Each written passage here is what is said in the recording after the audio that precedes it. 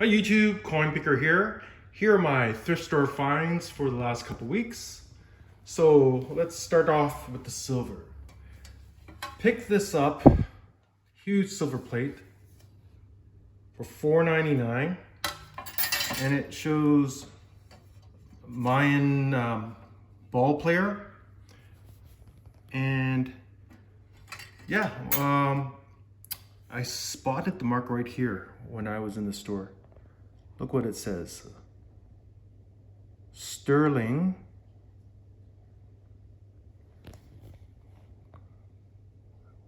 Sterling 925. So that was pretty good. And it worked out after you calculate back to like pure silver. It worked out to be like 5 ounces, 5 troy ounces of pure silver, which is pretty good. So that's equivalent to like about $217 Canadian. Nice score. And on the same day, or actually same time, I found this tiny little sterling spoon for 99 cents. And it says Yellowstone Park. Looks quite old, probably from, I don't know, 1920s. And on the back, of course, says sterling. And there's some British hallmarks as well.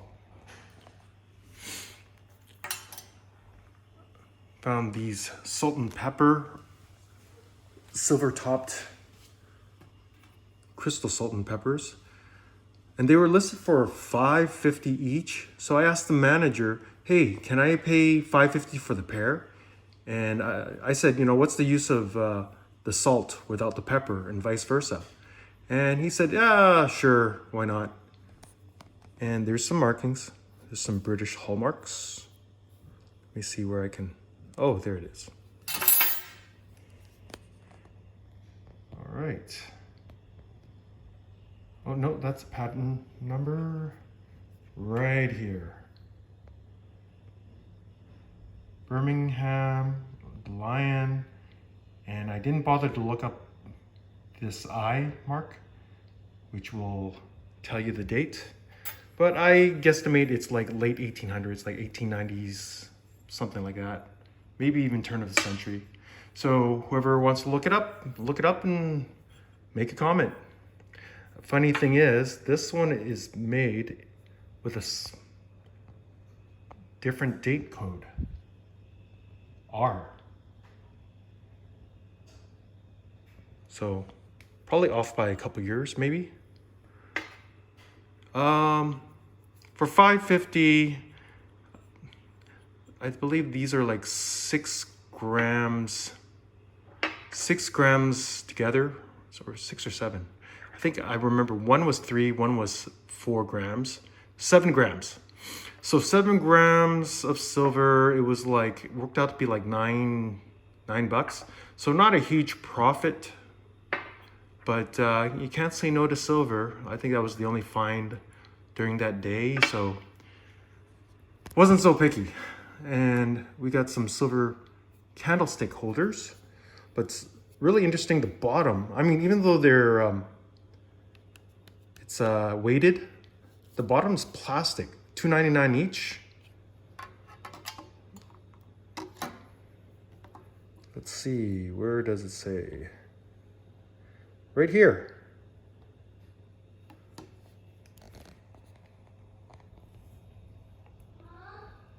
See, it says International Sterling. So that was definitely worth $3 each. And I got a pair, and they're in good shape, nice usable shape. Got some collectibles. Paid $6.99 for this guy, and it's from the 1990. It's sort of like a artist piece, I guess. And it is signed.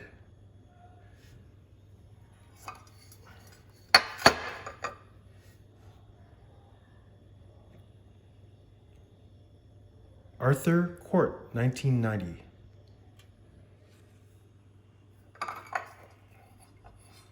Alligator teapot, pretty cool. And from my sources, it's probably worth about, well, basically the last time something like this sold online or through auction, it was like about 250 bucks back in 2020, I believe. So nowadays, what would it sell for now? I don't know. I'd say it's worth a good $300-400 at least. Canadian dollars, at least. Maybe more. Have this collectible here. Is a judge. At first, I didn't pay much attention when I saw it because it looks like one of those, art class pieces, amateur. But apparently it's not. It is from the Chelsea Pottery Company. And these things actually sell quite well in the UK. So I think it's worth about $200 Canadian, give or take. And yeah, for $2.99, I'd give it a try. Here is a cool 1960s, 70s bookend. I wish I found the other side, but it was only like $2 or something, $2 or $3. Pretty cool. Really, I don't know, it just reminds me of like the original Star Trek TV show from around the same era. Pretty cool. Found this Victorian weight. I think originally it would have, like this all comes apart, but originally it had a wooden handle, but that probably is long gone. But I paid like only $1 for it. And that's probably worth like 100 plus. Very collectible. And all right, these are not thrift store finds. These stamps are from the, what was it? I think it was from a coin show. Yes, coin show it was. So we have some Chinese stamps from the Qing Dynasty, Xuan Tong first year. So that's like from 1909 to 1911. That was his reign. 2 cent, uncancelled. It was only a few bucks. Here's another one from the same series. Very cool. You don't find too many old imperial stamps from China these days. So when you see them, even in so-so condition, as long as it's cheap enough, look at this, $2. It's worth getting. Of course, even though these are mint stamps, these two, they are hinged. So it's not like in perfect condition, but it was cheap enough. And this, $2 for these 3 old British stamps. Pretty cool. And here for $4, I have these 2 stamps from Nova Scotia, the colony of Nova Scotia, I believe, back then, before it was part of Canada. Really cool. And last but not least, oh, actually, it's not quite there yet, but bought this through a private sale. It cost me like, I think the guy was asking like $240 Canadian. Knocked off $10 for me. It's a silver bar, 3 ounces of pure silver. They call it art bars because it's obviously has some art on it.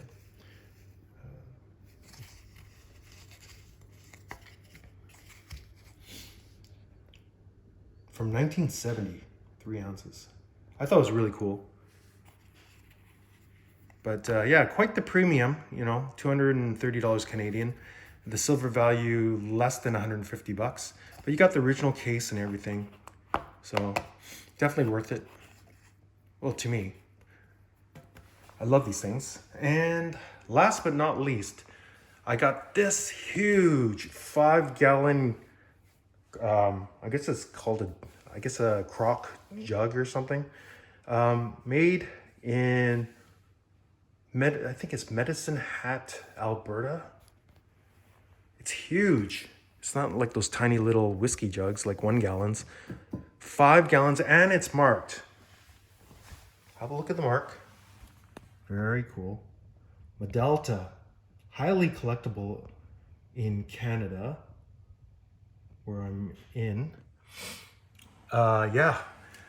Went to the flea market, and this lady said, well, I saw it next to her stall, and she said her mother-in-law brought this to British Columbia, where I am, all the way from the other province of Alberta. And it's been in the family a long time.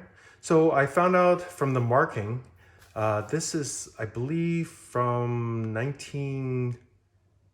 think the turn of like 1910 or 1915, something like that. I could be off a little bit, but very collectible, and it resells, or the worth, it's roughly like $200 Canadian. But basically, she had it listed at 25 bucks, and she goes, this thing is so heavy. Right away when she said that, well, actually, she said, I do not want to bring this home or bring it back home. So when she said that, I thought, there's a little bit of haggling that can be done. So I asked her, without pushing too hard, can you know, what's the best price you could give me on this? And because, you know what, 25 bucks, honestly, that was very cheap to begin with. So she said, how's 20 bucks?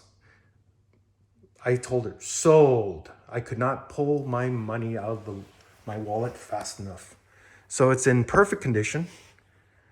Yeah, I lugged it to my car ASAP. She said, oh, you could still shop around, look around, and I'll, you know, you could come back for it. Blah. I go, nope, I'll put it in my car first. Just in case, you know, like you don't want to come back and say, oh, sorry, I actually sold it for 100 bucks. Here's your 20 bucks back. So yeah, always, you know, like a jug in hand is worth 2 in the bush. No, I'm just kidding. Yeah, so this was definitely a cool find. I don't know, maybe I'll keep it. Maybe I'll sell it. I don't know. It's too early to say right now. But it does take a lot of space, and it was super heavy.